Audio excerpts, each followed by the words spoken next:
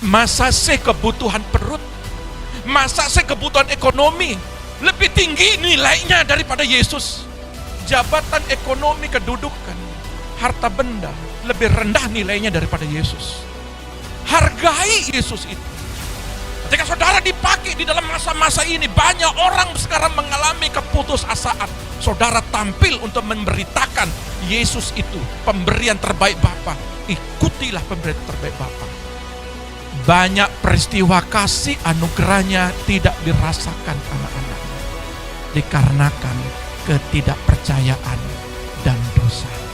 Kalau kita masih melakukan lagi dosa, itu pemisah kasih karunia, itu pemisah perkenanan. Banyak yang kurang menghargai pemberian terbaik Bapa. Sangat menyedihkan. Karena kita selalu berpatokan, Dialah Allah mengerti.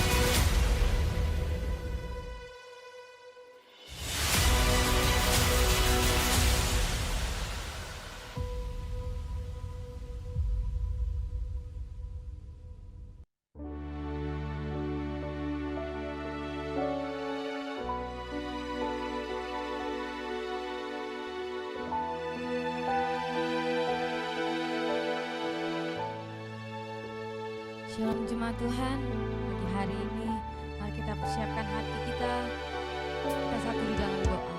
Terima kasih Tuhan Yesus, terima kasih Bapa. Kami datang Tuhan pagi hari ini Tuhan, menyembahkan Tuhan, pujian yang terbaik buat Engkau. Biarlah Tuhan Engkau yang memberkati kami, Engkau yang menuntun kami Bapa, Engkau yang melayakan kami, Engkau yang menyucikan kami Tuhan. Ini kami Bapa, kami siap Tuhan pagi hari ini untuk bersorak buat Engkau Tuhan. Hanya di dalam nama Tuhan Yesus, haleluya. Amin. Mari kita sembah Dia. Kau yang layak Tuhan, kami bersyukur. Terima kasih Yesus, kami mengucap syukur. Kau yang memampukan, haleluya.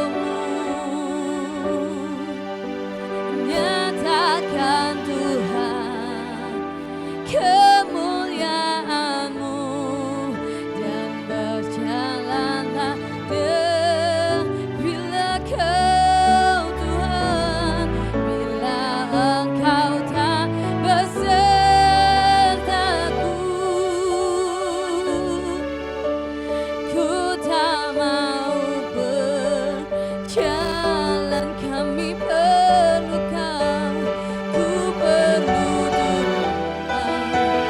Pimpin langkahku dengan kasih karunia-Mu.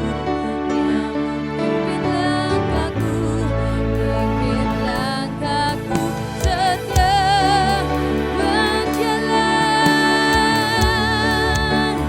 berjalan dalam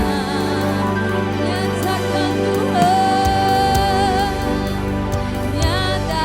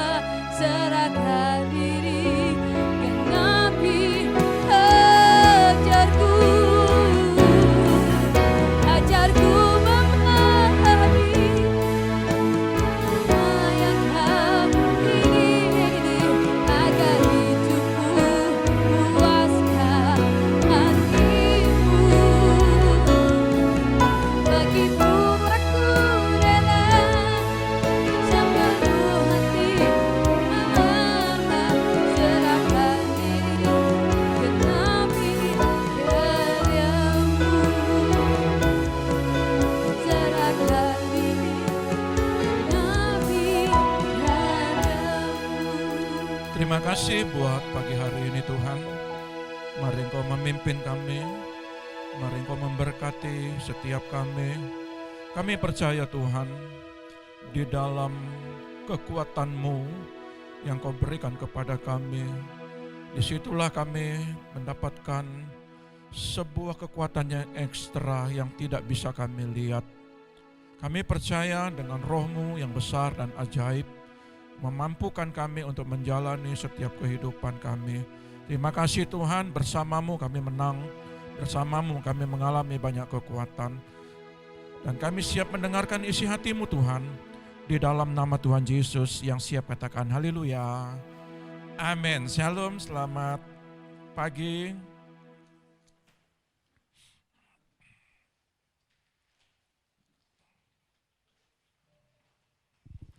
Ya, pagi hari ini, ya tinggal besok kita selesaikan puasa kita. Saya percaya bahwa kalau kemarin-kemarin kita banyak berbicara tentang ya the power of the prayer and fasting, sebuah kekuatan dalam doa dan puasa, Bapak Ibu percayalah. Sekali lagi saya katakan percayalah. Tidak ada kesia-siaan yang kita sudah lakukan. Tidak ada sesuatu yang kita lakukan tidak membuahkan hasil. Tidak ada sesuatu tanaman bibit yang saudara tanam itu tidak bertumbuh kecuali kalau tidak disiram, kecuali kalau memang tanahnya yang berbatuan, kecuali memang kita tidak menyingkirkan segala hama yang menggerogoti setiap pertumbuhan rohani saudara. Percayalah, doa dan puasa itu pasti mendapatkan jawaban. Saudara lihat, saya rindu membagikan sebuah kebenaran, Dia memberikan yang terbaik. Bapamu itu adalah Bapa yang selalu memberikan yang terbaik. Tidak pernah Dia memberikan setengah-setengah, Dia selalu memberikan yang paling the best. Nah, itulah sebabnya pagi hari ini saya rindu membagikan sebuah kebenaran firman, ya, pemberian terbaiknya di dalam Roma 8 ayat 32. Ya, kitab Roma 8 ayat 32. Roma 8 ayat 32, demikian bunyi firman Tuhan. Ia yang tidak menyayangkan anaknya sendiri, tetapi yang menyerahkannya bagi kita semua, bagaimanakah mungkin Ia tidak mengaruniakan segala sesuatu kepada kita bersama-sama dengan Dia? Saudara lihat, ayat ini berkata, Ia tidak menyayangkan anaknya sendiri, tetapi yang menyerahkannya bagi kita semua. Dan bagaimanakah mungkin Ia tidak mengaruniakan segala sesuatu kepada kita bersama-sama dengan Dia.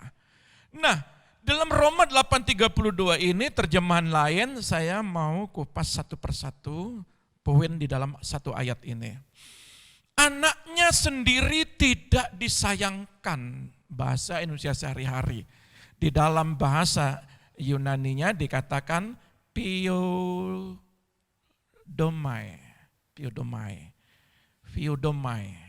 ya, menyayangkan.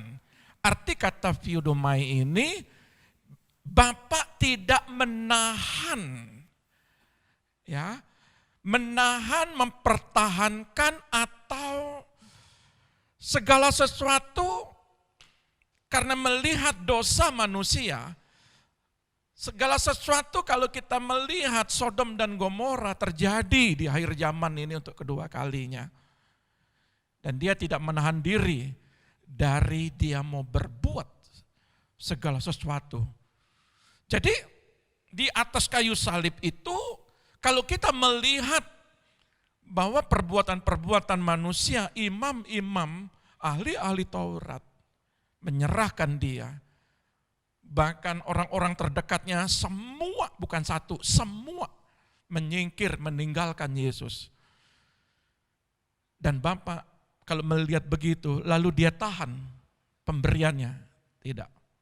ayat ini berkata, dia tidak menyayangkan anaknya sendiri, dia serahkan bagi kita. Artinya dia tidak menahan kebaikannya kepada kita.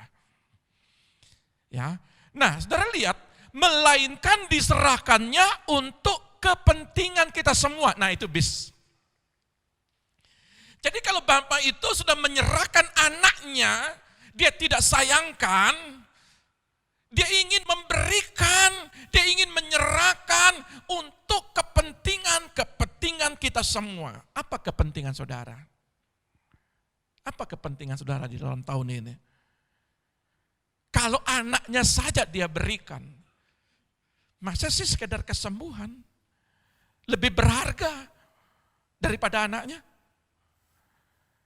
Masa sekedar ekonomi, pekerjaan lebih berharga daripada pemberiannya? Kalau itu saja dia berikan yang terbaik, masa kepentingan lain dia tidak berikan? Coba tolong dengan logika saudara.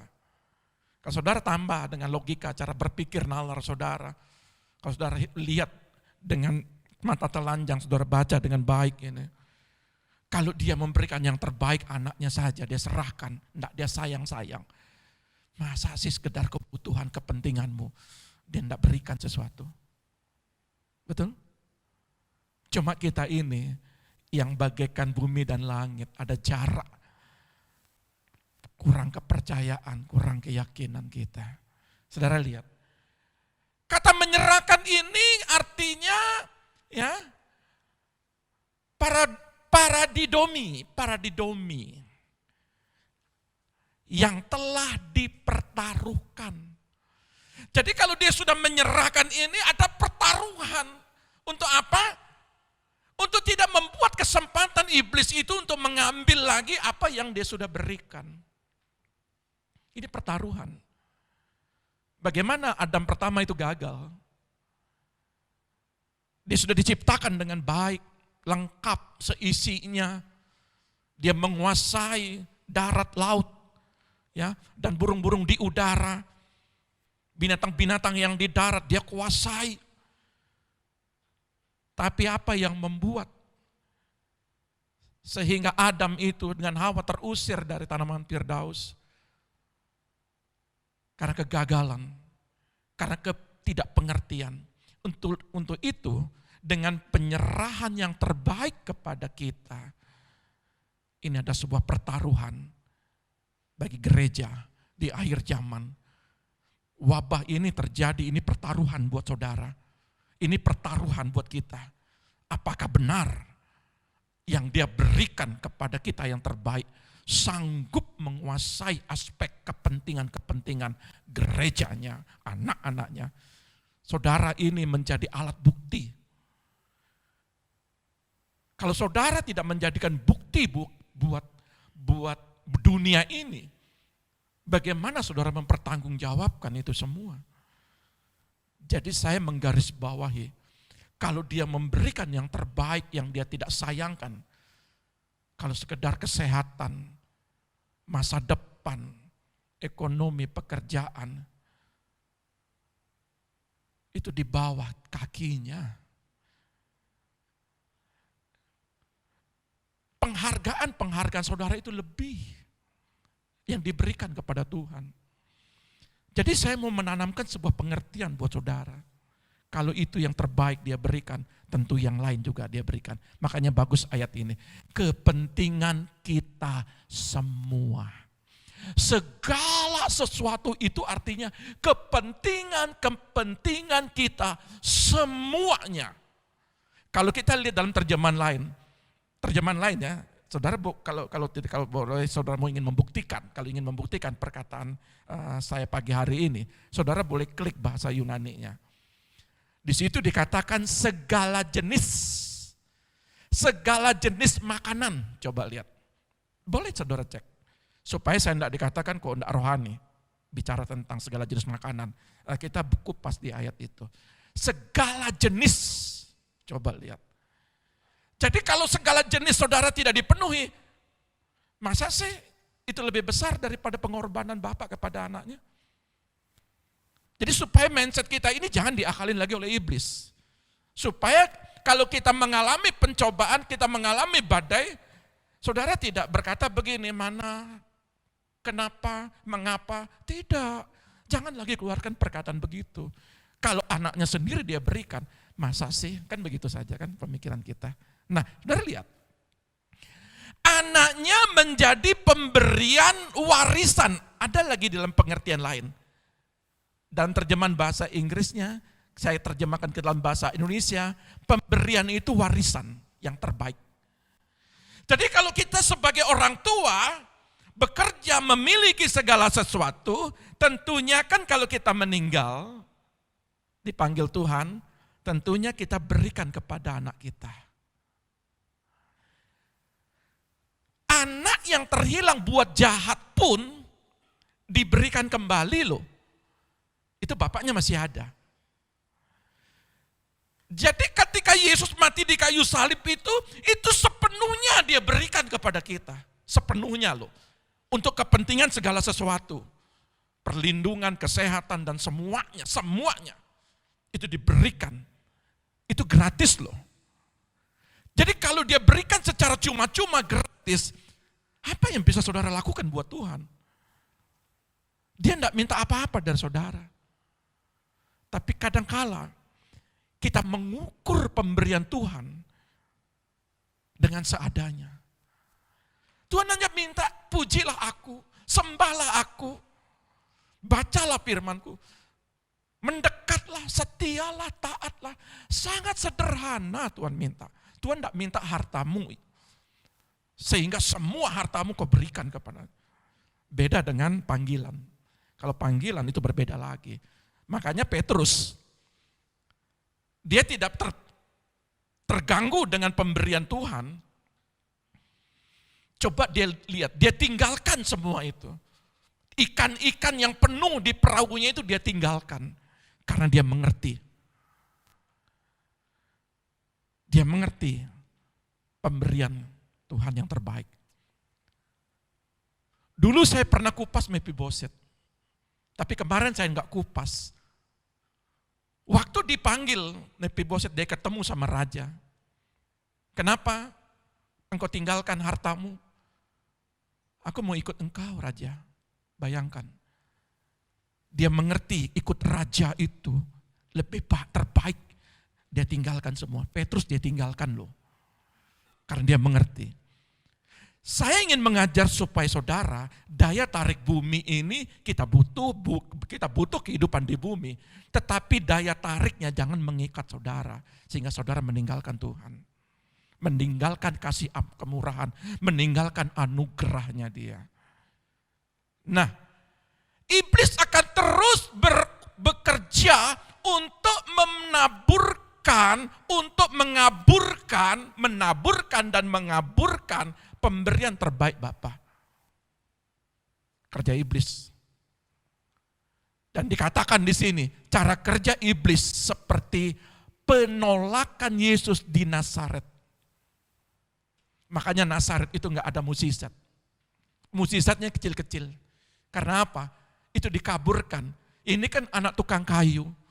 Oh, aku kenal bapaknya. Coba lihat. Berapa banyak mindset di pikiran kita. Tidak kita mengalami kuasa Tuhan. Kuasa mukjizat, kuasa kesembuhan. Sampai hari ini kami dilindungi dari wabah ini. Saudara, peristiwa di Sungai Yordan. Saudara perhatikan baik-baik. Ini cara kerja iblis. Ya. Cara kerja Tuhan sudah mengingatkan di Sungai Yordan. Tapi iblis akan berusaha pewahyuan di Sungai Yordan dan di Gunung Tabor akan dikaburkan bagi gereja Tuhan. Apa pengertiannya? Apa yang terjadi di Sungai Yordan? Matius 3 ayat 16-17. Saudara ingat baik-baik kata-kata apa yang disampaikan di Sungai Yordan ini. Matius 3 ayat 16-17 demikian bunyi firman Tuhan. Sesudah dibaptis, Yesus segera keluar dari air. Terus? Dan pada waktu itu juga langit terbuka. Dan ia melihat Roh Allah seperti burung merpati turun ke atasnya. Dia melihat. Lalu Terus terdengarlah suara dari sorga yang ada mengatakan, suara juga di samping melihat. Terus inilah anakku yang kukasihi, kepadanya lah aku berkenan. coba lihat ya.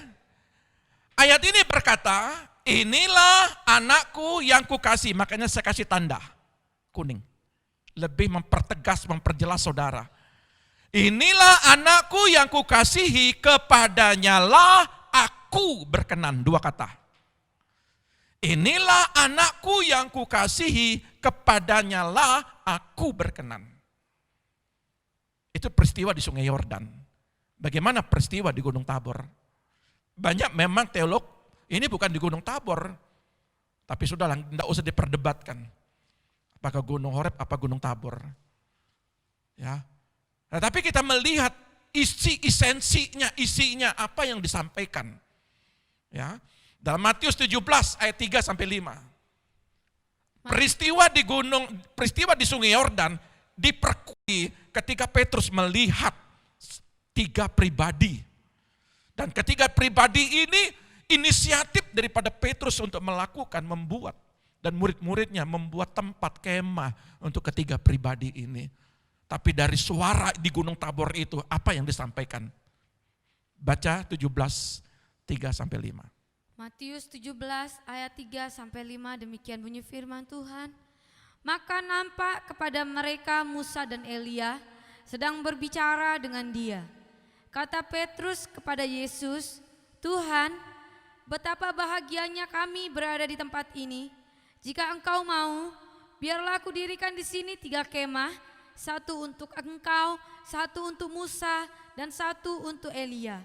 Dan tiba-tiba sedang ia berkata-kata, turunlah awan yang terang menaungi mereka, dan dari dalam awan itu terdengar suara yang berkata, terdengar suara sama persis terdengar di Sungai Yordan. Terus, inilah anak yang kukasihi, kepadanya lah aku berkenan, dengarkanlah dia. Dengarkan dia. Inilah anak yang kukasihi, kepadanya lah aku berkenan. 2 kata. Lalu apa kerja iblis? Untuk menghalau pemberitaan dari sorga, mereka mendengar secara langsung. Baik di Sungai Yordan maupun di Gunung Tabor. Perhatikan baik-baik ini ayat. Iblis mencoba Yesus. Saudara lihat di dalam kitab Matius 4 ayat 3 dan 5. Matius 4 ayat 3 sampai 5, demikian bunyi firman Tuhan. Lalu datanglah si pencoba itu Dan berkata kepadanya, jika engkau anak Allah, perintahkanlah supaya batu-batu ini menjadi roti. Terus, Tetapi Yesus menjawab, ada tertulis, manusia hidup bukan dari roti saja, tetapi dari setiap firman yang keluar dari mulut Allah. Kemudian iblis membawanya ke kota suci dan menempatkan dia di bubungan bait Allah. terus Lalu berkata kepadanya, jika engkau anak Allah, jatuhkanlah dirimu ke bawah, sebab ada tertulis, mengenai engkau ia akan memerintahkan malaikat-malaikatnya, dan mereka akan menatang engkau di atas tangannya, supaya kakimu jangan terantuk pada batu. saudara lihat, apa yang hilang dari kata ini? Ada 2 kata yang dihilangkan oleh iblis. Dikatakan di sini adalah, jika engkau adalah anak Allah, perintahkanlah supaya batu-batu ini menjadi roti. Dan lalu berkatalah kepadanya, jika engkau anak Allah, jatuhkanlah dirimu ke bawah. Artinya iblis akan terus mencoba menghapus 2 kata dalam ingatan gerejanya, yaitu anakku yang kukasihi dan kepadanya aku berkenan. 2 kata ini akan dicoba untuk dihilangkan. Kata saudara dikasihi dan saudara diperkenan. Iblis sedang mencoba 2 kata ini kepada Yesus. Jika engkau anak Allah, dia mengakui. Jika engkau anak Allah, dia bertanya. Tetapi khusus untuk anak yang dikasihi, untuk anak yang diperkenan, dia tidak sebut dari 3 pencobaan ini. Saudara lihat, ini sebuah pengajaran yang berharga buat gereja Tuhan. Kalau Yesus saja dicobai, engkau bukan dikasihi, engkau bukan orang yang diperkenan, bukan Tuhan Tuhan, bukan anak yang diperkenan. Apalagi saudara dan saya. Bagaimana caranya saudara dikaburkan? Kata saudara dikasihi oleh Bapamu. Bagaimana saudara diperkenan? Makanya tidak heran pelajaran kemarin. Dari umur 5 tahun sampai punya anak. Mephiboset itu tidak mengerti bagaimana dia dikasihi oleh raja. Dia berargumen bahwa saya lari, saya dibunuh, saya menderita di Lodebar tidak apa-apa. Tidak apa-apa. Padahal raja terus mencari. Inisiatif Daud mencari terus untuk memberikan kasihnya. Tapi iblis berusaha. Kalau saya belajar saya tidak akan tuntas, saya tidak akan teruskan cerita Mephiboset itu. Kenapa dikasih nama Meribaal? Di dalam bahasa pengertian Meribaal itu, bapaknya itu mengalami kemenangan, arti bahasa Ibraninya Meribaal, anaknya Mika. Di situ dikatakan Meribaal, artinya dia menang melawan Baal, makanya dikasih nama Meribaal. Tapi waktu ditanya, Zipa ini ditanya, masih adakah? Masih ada. Siapa namanya? Mephiboset. Bukan Meribaal, Mephiboset. Kata Mephiboset itu yang merana, yang terpuruk. Itu mindset Mephiboset itu dirombak, Meribaal ini yang menang. Bahkan itu dikatakan dalam pengertian terjemahan yang lainnya, definisi yang lain, itu bagaikan sangkakala yang dibunyikan, kemenangan demi kemenangan, menang lawan Baal, menang lawan penguasa-penguasa di udara. Tapi Zipa memoles menjadi Mephiboset. Iblis sedang memoles saudara. Untuk saudara apa? Tidak melihat kasih anugerah yang dia berikan anaknya yang tidak disayangkan, yang terbaik. Dan iblis berhasil. Ada beberapa pribadi. Saya berharap gereja Tuhan jangan sampai terkecoh di sini. Siapa yang dikelabui oleh iblis? Cara kerja iblis dimulai setelah Yesus puasa 40 hari. Yaitu Yudas. Matius 26 ayat 14 sampai 15. Matius 26 ayat 14 sampai 15, demikian bunyi firman Tuhan. Kemudian pergilah seorang dari ke-12 murid itu yang bernama Yudas Iskariot kepada imam-imam kepala. Ia berkata, apa yang hendak kamu berikan kepadaku supaya aku menyerahkan dia kepada kamu? Mereka membayar 30 uang perak kepadanya. Saudara lihat di dalam ayat yang lain, kata 30 uang perak ini adalah menghargai pemberian terbaik Bapa dengan harga seorang budak. Apa yang bisa aku lakukan kepadamu? Apa yang bisa kau berikan kepadaku kalau aku menyerahkan dia? Padahal Bapa itu beri yang terbaik loh. Untuk menyelesaikan perkara-perkara, masalah-masalah murid-muridnya. Semua murid-muridnya Tuhan itu mau selesaikan. Coba lihat yang sakit sembuh, masalah makan. Mereka melihat bagaimana mukjizat demi mukjizat terjadi. Dengan tangannya, di tangannya 2 ekor ikan 5 ketur roti ini, dia sanggup menyelesaikan persoalan 5.000 perut orang laki-laki, belum istri dan anak-anak. Tapi Yudas enggak mengerti. Dia dikuasai. Dia enggak melihat pengorbanan Bapak itu yang terbaik. Dia hanya bisa menilai bahwa pemberian Bapak itu hanya seperti 30 keping, 30 uang perak. Dia menilai pemberian Bapak itu dengan nilai seorang budak. Saudara, ada pengertian yang lain nantinya. Tapi saya membawa satu persatu dalam pengertian pola pikir ini. Kalau saudara mengerti pola pikir daripada Bapak, saudara connect. Kalau itu yang terbaik, maka saudara memberikan yang terbaik. Yudas beri Bapak itu 30 keping, coba lihat penilaian. Kalau saudara menghargai pemberian Tuhan, menghargai pemberian yang terbaik buat kita, terkadang kita beri seadanya buat Tuhan. Saudara kalau mengerti Tuhan, saudara memberikan waktu yang terbaik buat Tuhan. Memberikan hati yang terbaik buat Tuhan. Ini yang membuat sedih. Apa Bapak itu enggak masgul? Ada ayatnya dalam kitab Yohanes. Maka masgullah Tuhan Yesus. Jadi Yesus bisa sedih kalau melihat ketidakpercayaan. Yesus bisa sedih melihat kalau anak-anaknya enggak menghargai pemberian Bapak. Menghargai dengan 30 keping. Coba lihat. Banyak yang kurang menghargai pemberian terbaik Bapa. Sangat menyedihkan. Karena kita selalu berpatokan, dialah Allah mengerti.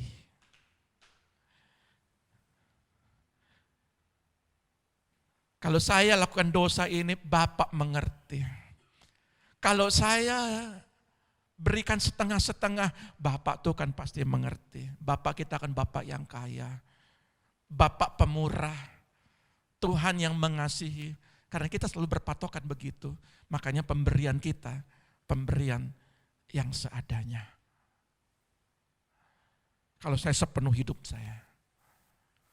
Saudara nggak bisa melakukan seperti itu. Minimal apa yang saudara bisa lakukan buat Tuhan. Hidup saya itu untuk Tuhan. Hidup kami di tangan Tuhan. Makanya dalam kitab pengertian Rasul Paulus, hidupku untuk Kristus, mati adalah keuntungan.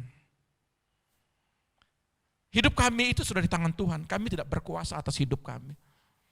Kami enggak berkuasa atas masa depan kami. Kami enggak berkuasa atas makan dan minum kami. Kami enggak berkuasa atas itu. Yang berkuasa atas hidup kami adalah Tuhan. Kalau Tuhan kasih satu, saya mengucap syukur atas satu ini. Kalau Tuhan kasih 5 talenta, saya bersyukur dengan 5 talenta ini. Kalau Tuhan berikan saya 10 talenta, saya akan bersyukur dengan 10 talenta. Seberapa takaran Tuhan diberikan kepada kami tetap mengucap syukur. Karena apa? Karena itu yang terbaik yang diberikan kepada kami. Kalau Tuhan kasih melebihi dari ayat 10 talenta, umpamanya, kalaupun ada. Kalau dia berikan 100% kepada kami akan menghargai 100% itu. Jadi kami tidak pernah mengalami ketakutan. Karena ketakutan akan tidak melihat mukjizat sorga. Kebaikan-kebaikan Tuhan. Nah, ada 2 orang pribadi. Para imam. Bahkan di situ orang-orang yang pernah mengalami mukjizat. Markus 15 ayat 6 dan 7. Markus 15 ayat 6 sampai 7, demikian bunyi firman Tuhan. Telah menjadi kebiasaan untuk membebaskan satu orang hukuman. Pada suatu hari raya adalah sebuah kebiasaan untuk pertukaran antara penjahat dengan penjahat yang lain. Terus? Pada tiap-tiap hari raya itu menurut permintaan orang banyak. Menurut permintaan orang banyak. Dan pada waktu itu adalah seorang yang bernama Barabas. Barabas Sedang dipenjara bersama beberapa orang pemberontak lainnya. Mereka telah melakukan pembunuhan dalam pemberontakan. Barabas banyak melakukan pembunuhan dan di situ melakukan kejahatan yang sangat besar. Ayat 11-nya. Ayat 11. Tetapi imam-imam kepala menghasut orang banyak untuk... Imam-imam ini dikuasai. Bagaimana kasih, bagaimana anugerah, bagaimana perkenanan itu dihilangkan dari pribadi Yesus ini. Dan pengertian-pengertian itu mereka bisa menguasai orang-orang yang dulu pernah melihat mukjizat. Bahkan di situ di samping orang-orang Farisi, di samping ahli-ahli Taurat, ada orang-orang yang juga berkata seperti, coba lihat apa dia katakan. Untuk meminta supaya Barabaslah yang dibebaskannya bagi mereka.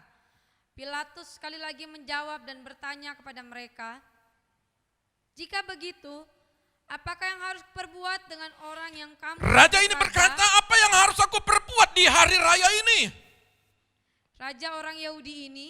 Maka mereka berteriak lagi katanya. Semua berteriak kalau satu Yudas dengan diam-diam menjual. Dengan diam-diam menjual. Tetapi ini dengan terbuka, melihat, mendengar di kala umum. Terus Salibkanlah dia. salibkanlah dia. Yang diberi yang terbaik dalam Roma 32 ini.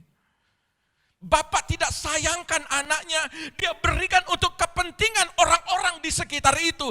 Tetapi iblis mengaburkan kata dua kata ini, anak yang kukasihi dan kepadanya aku berkenan. Dikaburkan dan iblis berhasil di situ. Tetapi dia tidak berhasil di tempat ini. Amin. Dia berhasil mengelabui Yudas. Dia berhasil mengelabui orang-orang pada saat itu. Sehingga anak yang dikasihi, yang diperkenan ini justru ditukar dengan penjahat.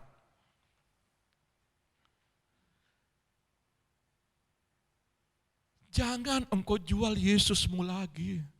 Ibrani berkata, kalau engkau menyalibkan Yesus kedua kali, engkau pindah ke kepercayaan lain lagi, engkau meninggalkan Tuhan lagi. Saya mau kasih tahu anak-anak muda. Minggu kemarin saya dengar dari WA, ada yang sudah meninggalkan Yesus, orang terdekat kami.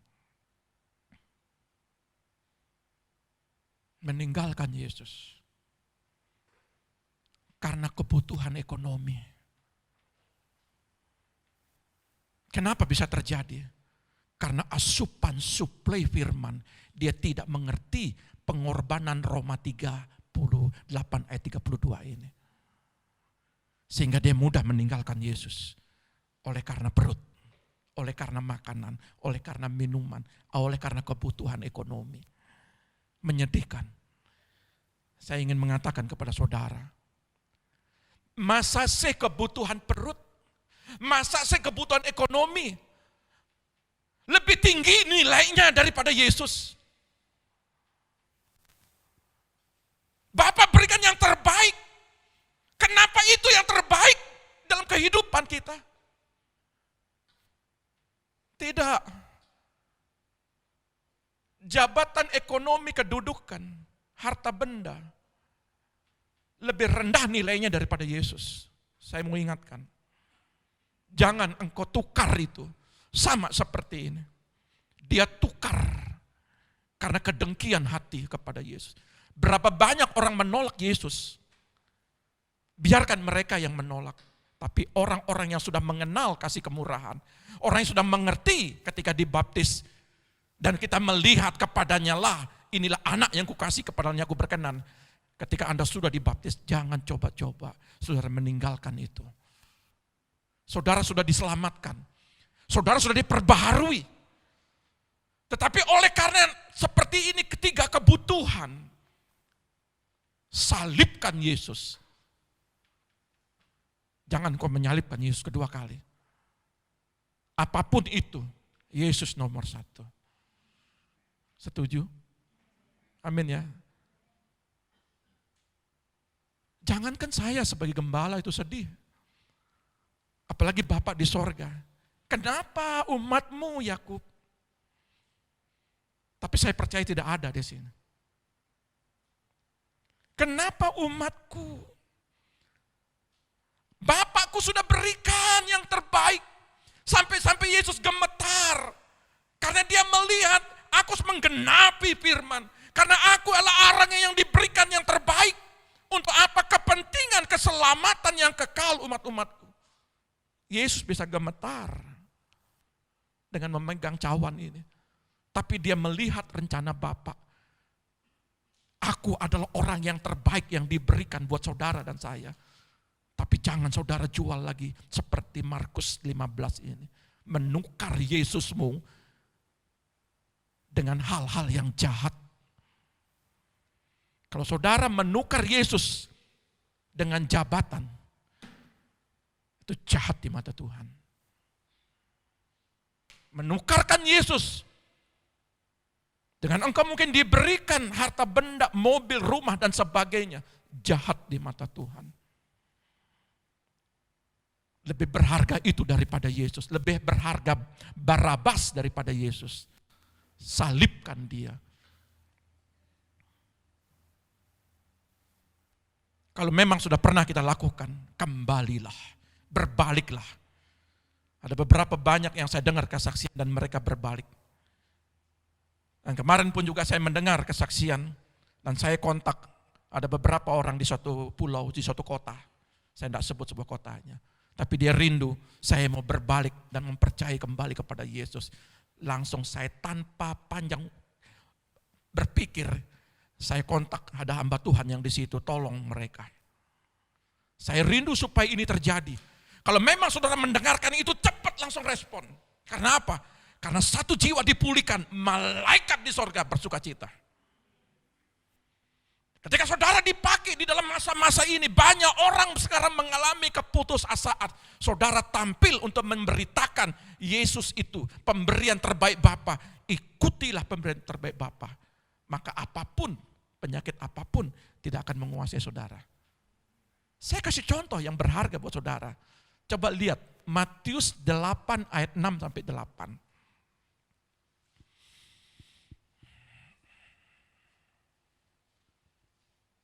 Matius 8 ayat 6 sampai 8, demikian bunyi firman Tuhan.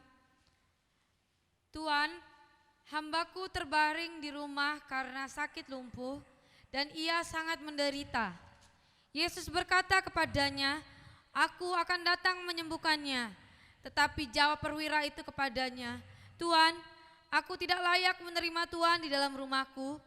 Katakan saja sepatah kata, maka hambaku itu akan sembuh. Ini bukan umat Tuhan loh. Ini bukan umat Tuhan. Tapi dia menghargai pemberian Bapa. Walaupun dia tidak mengerti. Tetapi ayat ini kalau kita melihat sebuah contoh. Dia mau menerima kasih Tuhan. Inilah anak yang kukasihi, kepadanya lah aku berkenan. Perwira Kapernaum ini, dia mencari orang yang dikasihi, yang diperkenan itu. Ayat ini dia berkata, Yesus menjawab, kalau demikian, ini kasih Tuhan loh, luar biasa.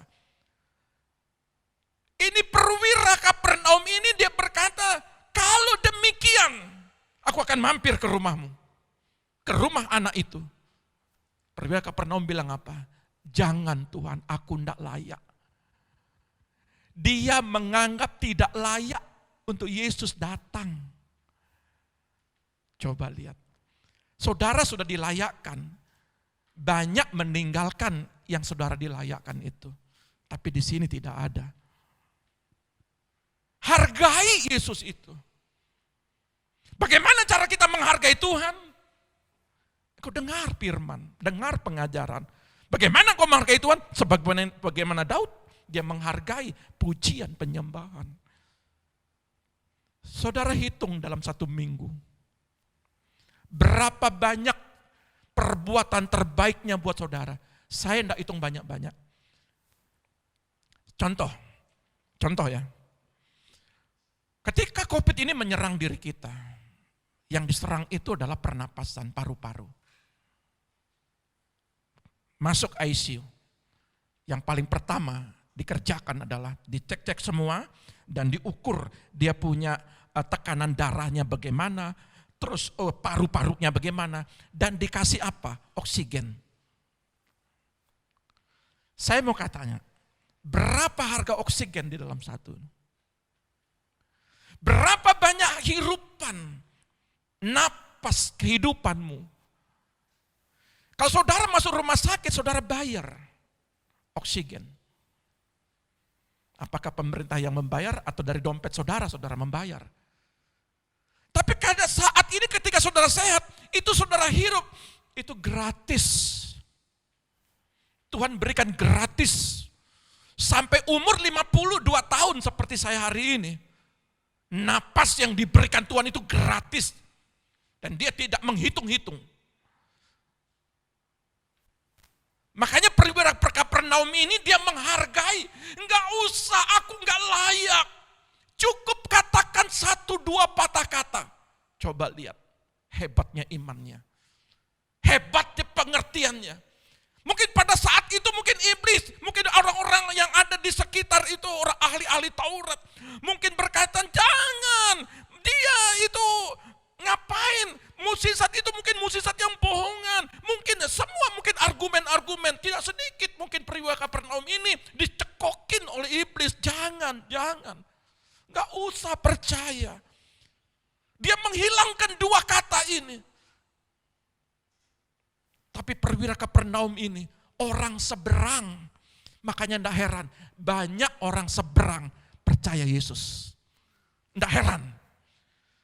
Justru orang-orang yang seperti mengalami 33 tahun bersama Yesus, Yudas meninggalkan, menjual.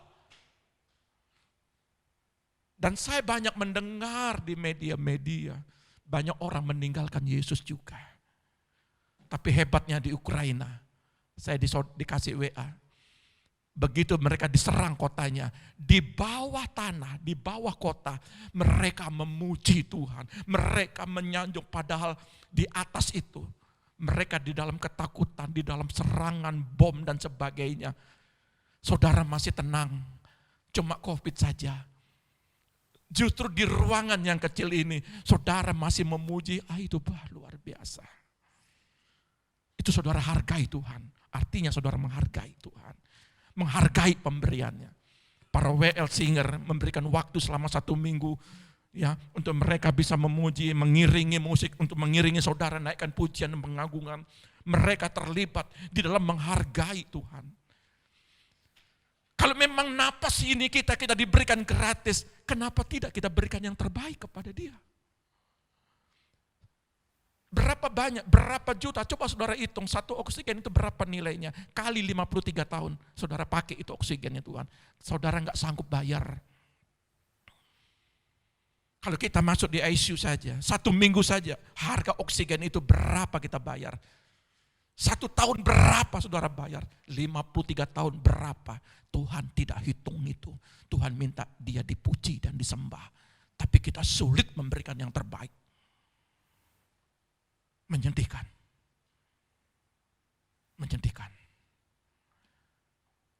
Makanya saya ambil 100%, inilah Tuhan aku dan istriku dan anak-anakku. Saya mau berkata kepada jemaat, lakukan itu. Kalau hari ini saudara masih bisa diberkati dengan makan, minum, pakaian, rumah, kendaraan, saudara bersyukur. Dia sudah berikan Anda yang terbaik. Jenis-jenis yang saudara butuhkan, kepentingan-kepentingan. Masa sih saudara tidak bisa melakukan yang terbaik buat Tuhan? Untuk sekedar jadi pelayan Tuhan. Kenapa kita mesti hitung-hitung? Aduh. Haleluya. Kenapa kita mesti berhitung sama Tuhan? Pemberianmu kau hitung-hitung juga sama Tuhan. Kalau saya melihat bagaimana perjalanan hidup kami sekeluarga, sampai di bawah kepada titik 0, saya masih tetap berkata, Engkau tetap memberi yang terbaik Tuhan. Dan saya tetap percaya, tidak ada sesuatu yang ditanam itu tidak membuahkan hasil, tidak berbuah. Tidak percaya saya. Tidak percaya saya segala sesuatu yang saya tanam itu berguguran buahnya. Atau tidak tumbuh. Yang saya yakinin adalah kalau dia memberikan yang terbaik kepada anaknya yang dia tidak sayangkan, apalagi yang lain. Bagaimanakah mungkin ia tidak mengaruniakan segala sesuatu kepada kita bersama-sama dengan Dia?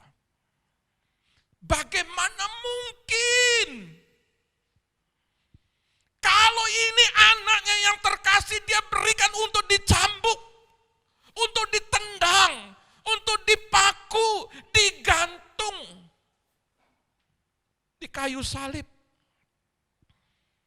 Bapak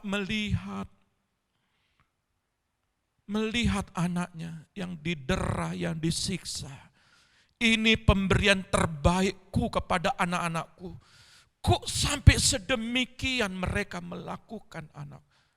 Bagaimana kalau saudara seperti seorang tua melihat anak-anaknya?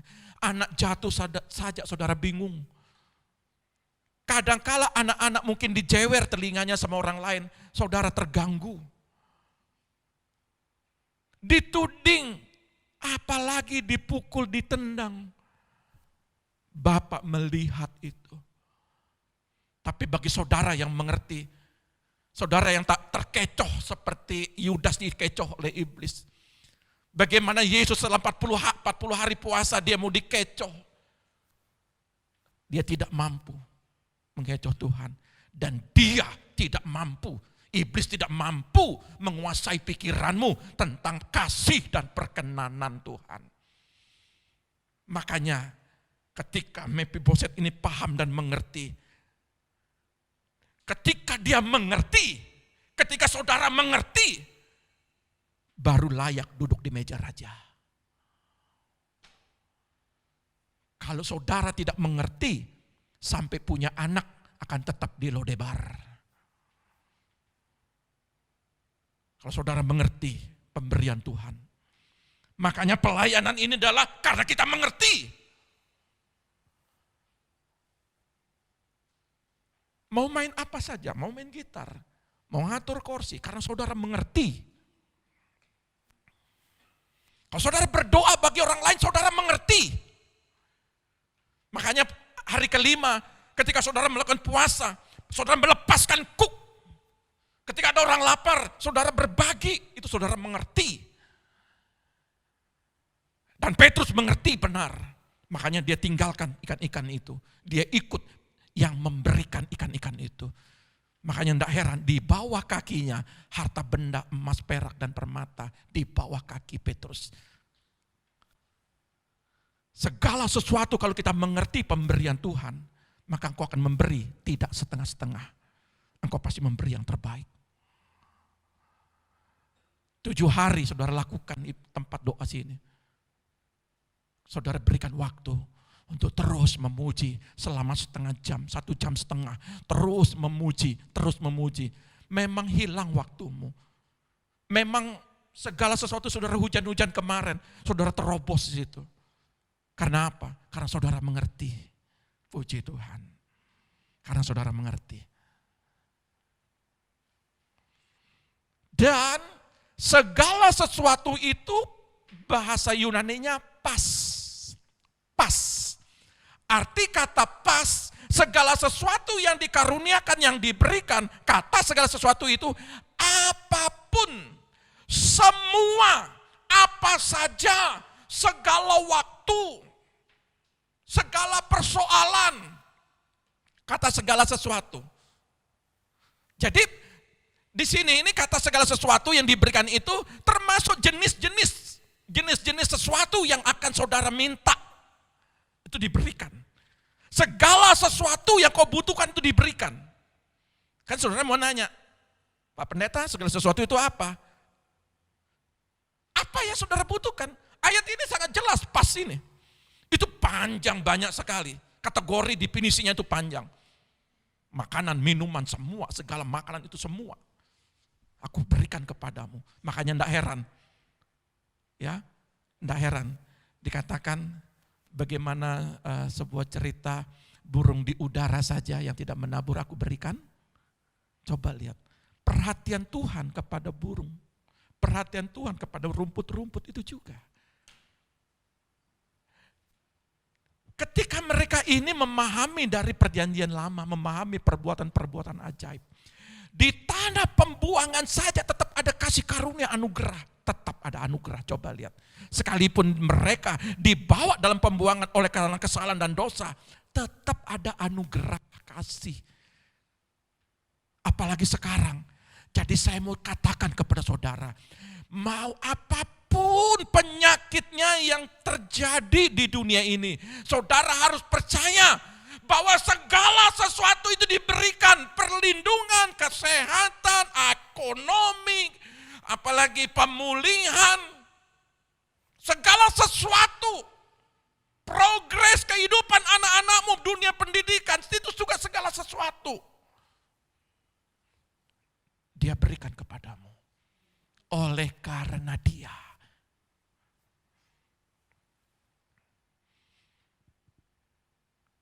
Saya tertarik dengan kata bagaimanakah mungkin.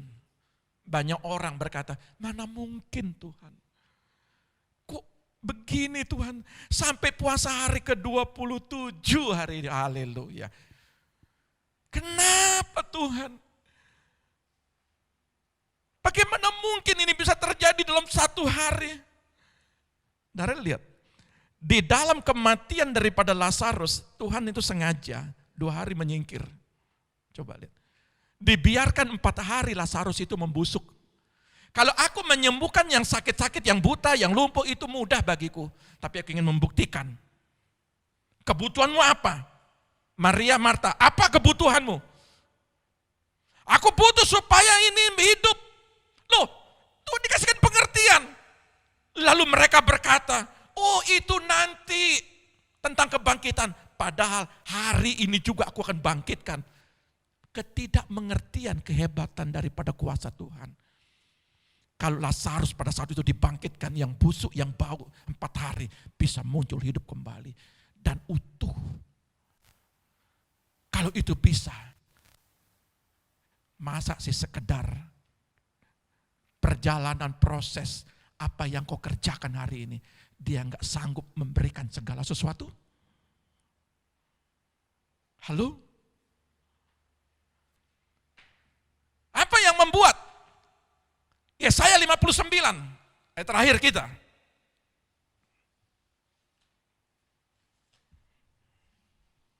Ayat 1 dan 2. Yesaya 59 ayat 1 sampai 2, demikian bunyi firman Tuhan. Sesungguhnya tangan Tuhan tidak kurang panjang untuk menyelamatkan, dan pendengarannya tidak kurang tajam untuk mendengar. Tetapi yang merupakan pemisah antara kamu dan Allahmu ialah segala kejahatanmu, dan yang membuat Dia menyembuhkan diri terhadap kamu sehingga Ia tidak mendengar ialah segala dosamu. Yesus sudah tuntaskan di atas kayu salib.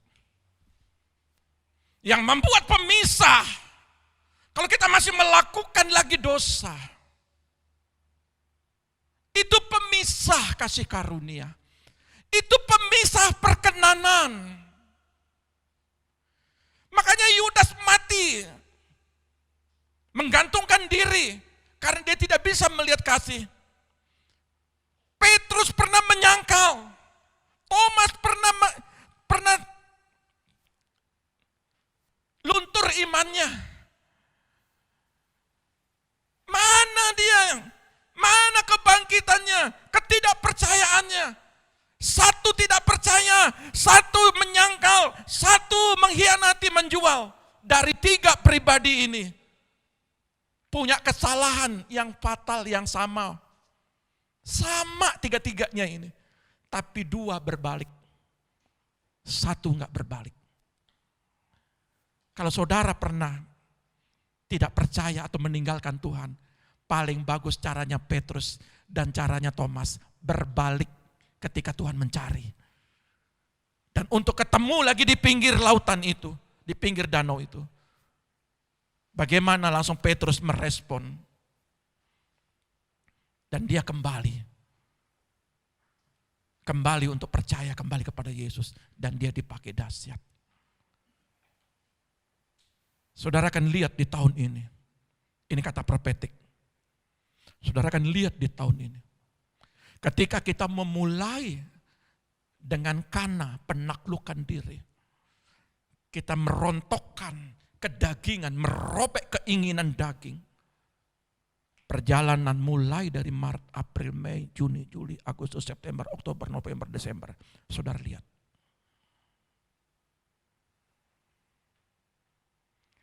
Karena Roma 8 ayat 32. Dia memberikan yang terbaik. Dia Bapa yang bertanggung jawab. Banyak peristiwa kasih anugerahnya tidak dirasakan anak-anaknya. Karena apa? Dikarenakan ketidakpercayaan dan dosa. Mulai hari ini saya mau katakan kepada gereja Tuhan. Apa yang bisa kau lakukan? Lakukanlah. Ada seseorang dalam perumpamaan di Alkitab dalam Perjanjian Baru. Ketika dia diminta tolong untuk 1 kilometer, untuk berjalan, maka yang dia lakukan 2 kilometer dia berjalan. Ada banyak orang ketika mereka dipukul, ketika mereka dirampok, ketika mereka ditelantarkan, dilukai dan dibuang. Orang-orang Yahudi, anak-anak Tuhan, orang-orang pilihan hanya melihat dan menonton. Tapi ketika ada orang Samaria melihat dan dia membawa, dia taruh di keledainya. Dia bawa ke sebuah hotel. Dia tinggali uang biaya sebuah untuk pengobatan daripada orang itu. Orang seberang punya perhatian. Saudara bukan orang seberang. Saudara anak yang diberikan, yang tanpa syarat, yang diwariskan bapaknya. Warisan apa yang diberikan? Yesus diberikan kuasa. Ayat ini berkata, kuasa yang lebih aku berikan kepadamu, melebihi dari pelayanan Yesus waktu hidup. Dia wariskan kepada saudara. Tapi saudara tidak mengerti. Pergunakan itu semua. Dalam pengajaran hari ini, kita mengakhiri besok dengan doa dan puasa. Dan kalau boleh dikatakan ini hari ke-6, kita doa dan puasa dibarengi dengan ibadah. Tapi besok hari ke-7, kita benar-benar akan berprofetik. Tuhan, pemberian-Mu akan terjadi bagi anak-anak-Mu di tempat ini. Maukah saudara memberikan yang terbaik untuk hari esok dengan waktumu? Kalau seandainya besok hujan, apa yang kau lakukan? Terobos. Haleluya. Yang dekat jangan telat. Hai. Jangan sampai setengah jam. Amin. Saudara muji Tuhan hilang setengah jam loh. Sampai 15 menit saudara masih 15 menit saudara puji. Itukah pemberianmu yang terbaik? 15 terakhir Tuhan, cukup Tuhan. Kita sudah atur 30 menit untuk pujian. Tapi saudara kurang-kurangi 15 menit aja untuk Tuhan. Apakah itu pemberian terbaik? Haleluya. Hari kita datang kepada Tuhan.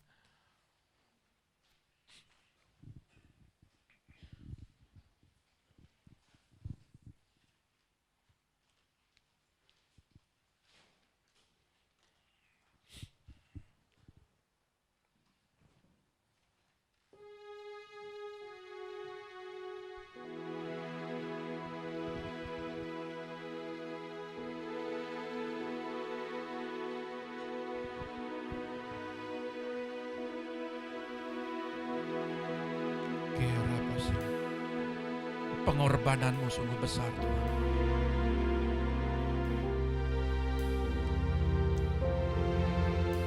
Kenala rabaya sak.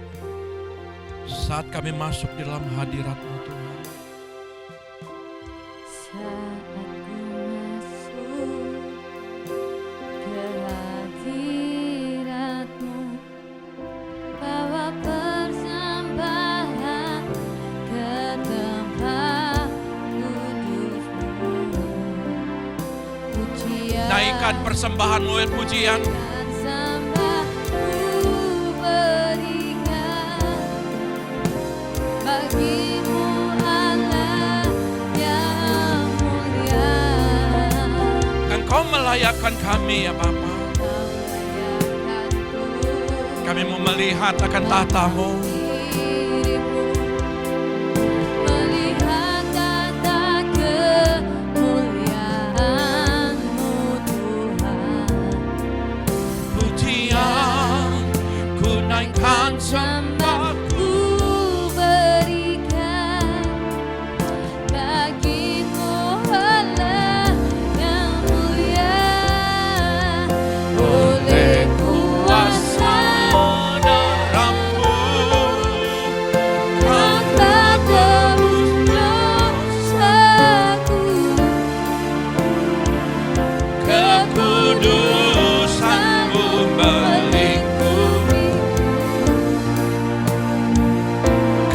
kasih-Mu mengalir memulihkan hidupku. Oh, sungguh besar anugerah-Mu, Kau selamatkan hidupku. Ku menjadi ciptaan yang baru oleh kuasa darah-Mu. Ini adalah sebuah pujian. Bagaimana kita meninggikan, memuliakan Dia. Saat ku masuk Inilah persembahan terbaik-Mu. kehadiran-Mu, bawa persembahan ke tempat duduk-Mu. Pujian Tunaikan sembah ku berikan bagimu Allah yang mulia. Kau layakkan-Ku Tuhan, Kau layakkan-Ku melihat diri-Mu, melihat tata kemuliaan-Mu Tuhan. Pujian, tunaikan sembahku berikan bagimu Allah yang mulia. oleh kuasa Darah-Mu kan telah tebus dosaku. kekudusan-Mu melingkupiku, kasih-Mu mengalir memulihkan hidupku. Sungguh besar anugerah-Mu, kan selamatkan hidupku. Ku menjadi ciptaan yang baru Oleh kuasa darah-Mu, kuasa darah-Mu, Kau telah tebus dosaku. kekudusan-Mu melingkupiku. Kasih-Mu mengalir memulihkan hidupku. Besar Anugerah-Mu, Kau selamatkan hidupku.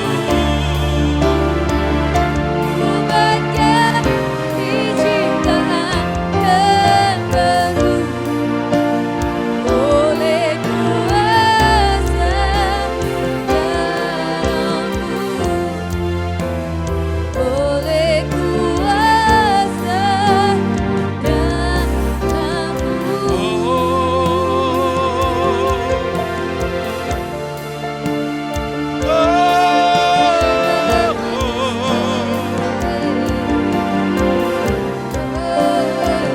Oleh kuasa darah-Mu,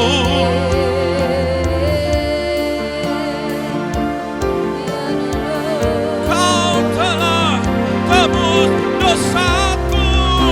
Oleh kuasa darah-Mu, kasih-Mu mengalir memulihkan hidupku. Oh,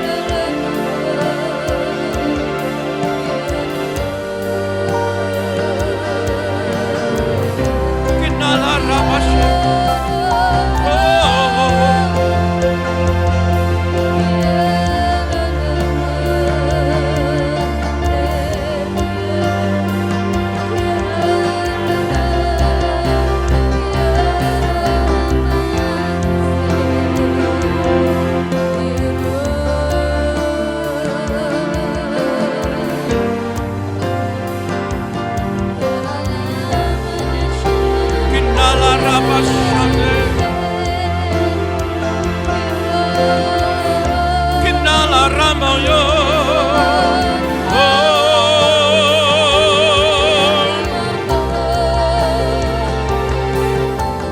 Kinala Rapase.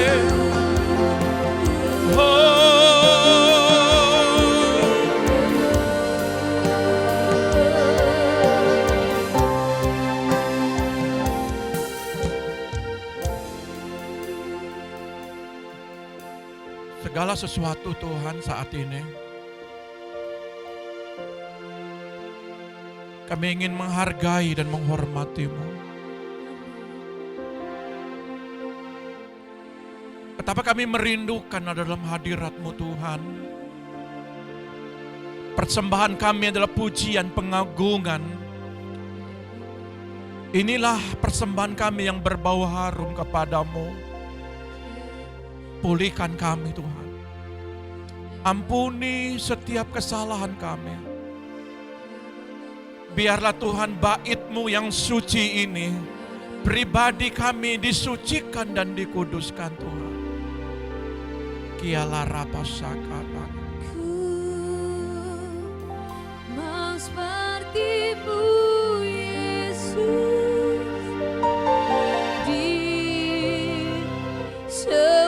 disempurnakan selalu dalam segenap jalanku, memuliakan Sekali lagi katakan, nama-Mu. ku mau seperti-Mu Yesus. Ku mau seperti-Mu Yesus,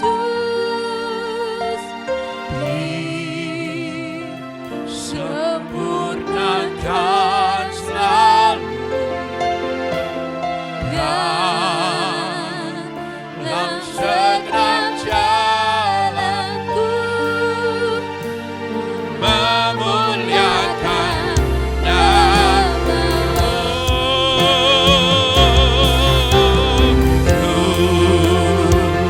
Mau seperti-Mu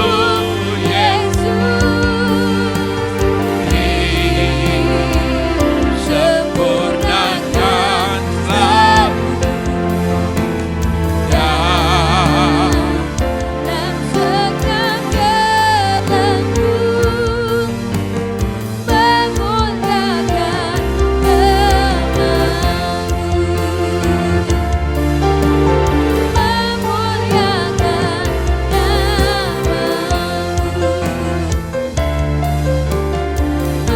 memuliakan Terima kasih Tuhan atas kebaikan-Mu dalam kehidupan kami. Terima kasih Tuhan Yesus. Engkau yang menguatkan kami Bapa. Engkau yang memberikan kami Tuhan pertolongan Tuhan. Hanya di dalam nama Tuhan Yesus kami mengucap syukur. Haleluya. Amin. Kita akan mengakhiri ibadah kita. Sebab Kau besar, perbuatan-Mu ajaib, tiada seperti Engkau, tiada seperti Engkau. Sebab Kau besar, perbuatan-Mu ajaib, tiada seperti Engkau.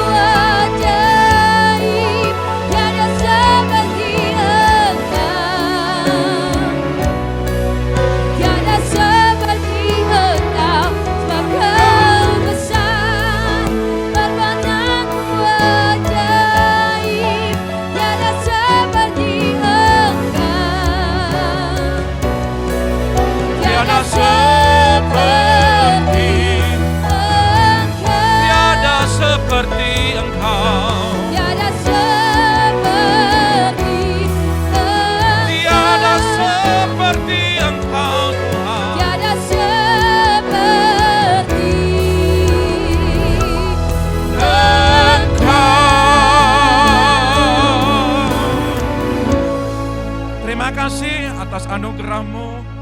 Mari Tuhan, biarlah Engkau mengantar kami pulang dengan selamat seperti Engkau mengantar ke tempat ini dengan selamat juga. Lindungi setiap umat-Mu sepanjang hari sampai kami ketemu hari Minggu depan Tuhan di tempat ini. Mereka tetap sehat, kuat, dan dilindungi daripada Tuhan. Demikian juga mereka akan diberkati Tuhan. Terima kasih Bapa. Kami mengakhiri ibadah ini dengan semua campur tangan-Mu. Dalam nama Tuhan Yesus, mari Kau angkat kedua tangan-Mu, terimalah berkat.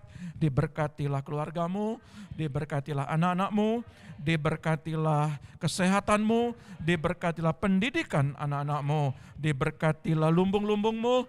Apa yang Kau kerjakan lewat tangan-Mu akan selalu dibuat berhasil.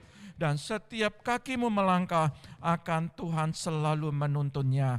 Dan mulai saat ini ketika Engkau setia dan Engkau taat, ketika Dia datang untuk kedua kalinya, berbahagialah engkau karena Tuhan akan menjemput orang-orang yang setia dan orang kudusnya. Dalam nama Tuhan Yesus yang diberkati pagi hari ini, katakan haleluya, amin. Tuhan Yesus memberkati.